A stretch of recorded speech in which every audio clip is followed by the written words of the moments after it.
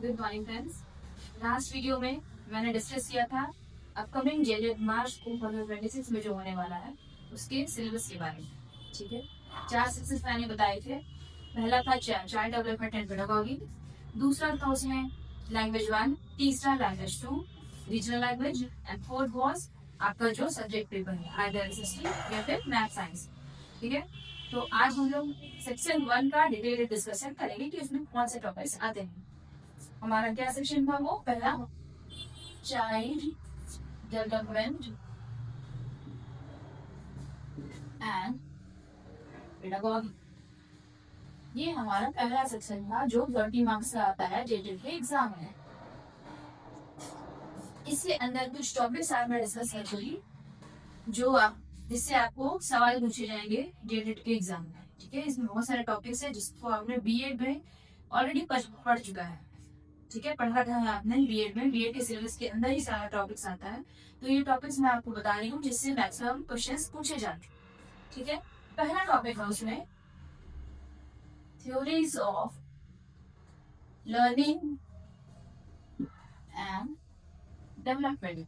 बहुत सारे learning theories के बारे में आपने बीएड में पढ़ा है, उसको आपको याद रखना है। थ्योरीज किसने दिया, किसने प्रपोज किया, क्या थ्योरी है, वो आपको याद रखना है इस टॉपिक के अंदर। दूसरा है इंडिविजुअल डिफरेंसेस।